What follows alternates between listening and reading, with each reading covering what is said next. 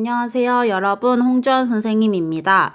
자, 우리 지난 시간까지 그래프를 해석하고 그리는 방법에 대해서 공부를 했고요. 이번 시간에는 이제 새로운 소단원, 정비례와 반비례에 대해서 공부해 보도록 할 거예요. 우선 오늘은 정비례에 대해서 공부해 보도록 하겠습니다. 자, 여기 지금 그림이 하나 있는데요. 이 상황을 보면서 우리가 정비례의 개념에 대해서 알아보도록 할게요. 지금 두 사람이 대화를 하고 있는데 이것이 무엇이냐라고 물어봤더니 무엇이든 넣으면 2배가 되어 나오는 요술 항아리라고 했어요. 그러면 1개를 넣으면 2개가 나오고 2개를 넣으면 4개가 되겠구나. 이렇게 해서 지금 좋아하는 요런 그림이 나와 있죠.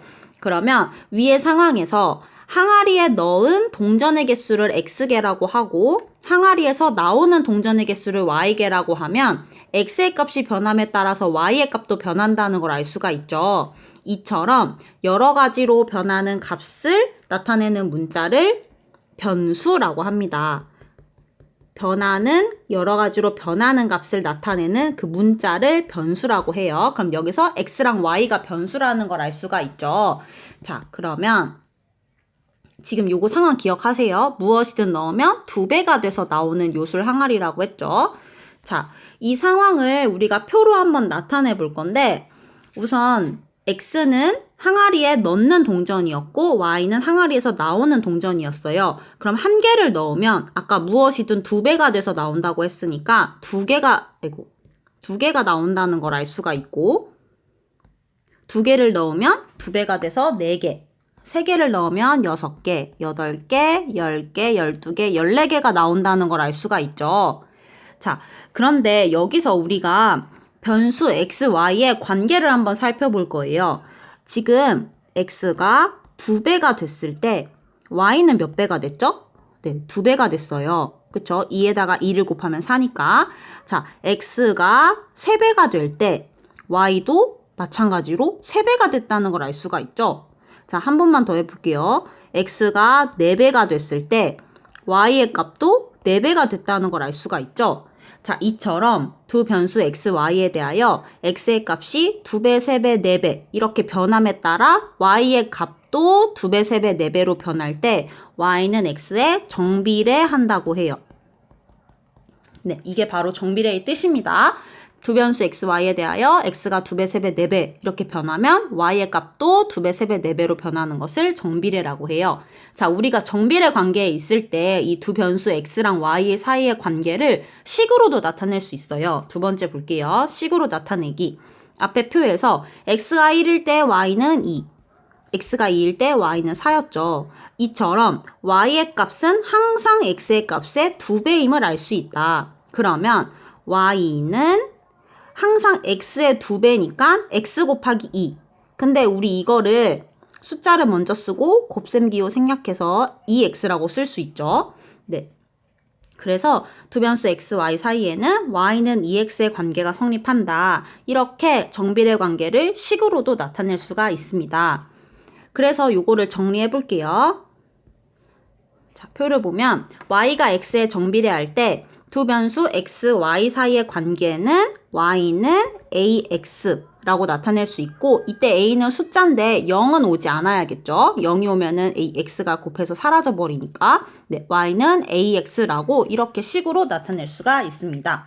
자, 그러면 또 다른 예시를 한번 살펴볼게요.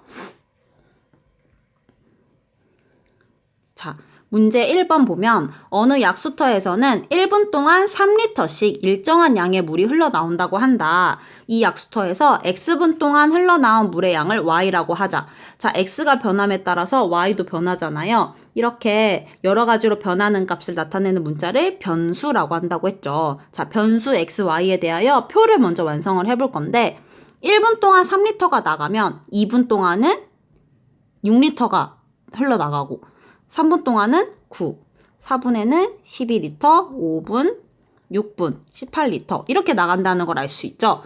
자, 2번 y가 x에 정비례하는가? 정비례하나요? 정비례하는지를 확인하려면 정비례의 뜻을 다시 생각해 보면 돼요. x가 2배, 3배, 4배가 될 때 자, y의 변화도 볼게요. 몇 배가 됐죠? 네, 2배, 몇 배가 됐어요? 3배. 얘도 4배가 됐다는 걸 알 수가 있죠. 네, 그래서 얘는 정비례의 뜻에 맞기 때문에 정비례한다고 할 수 있습니다. 자, 이유를 한번 써보면 정비례하는가? 정비례한다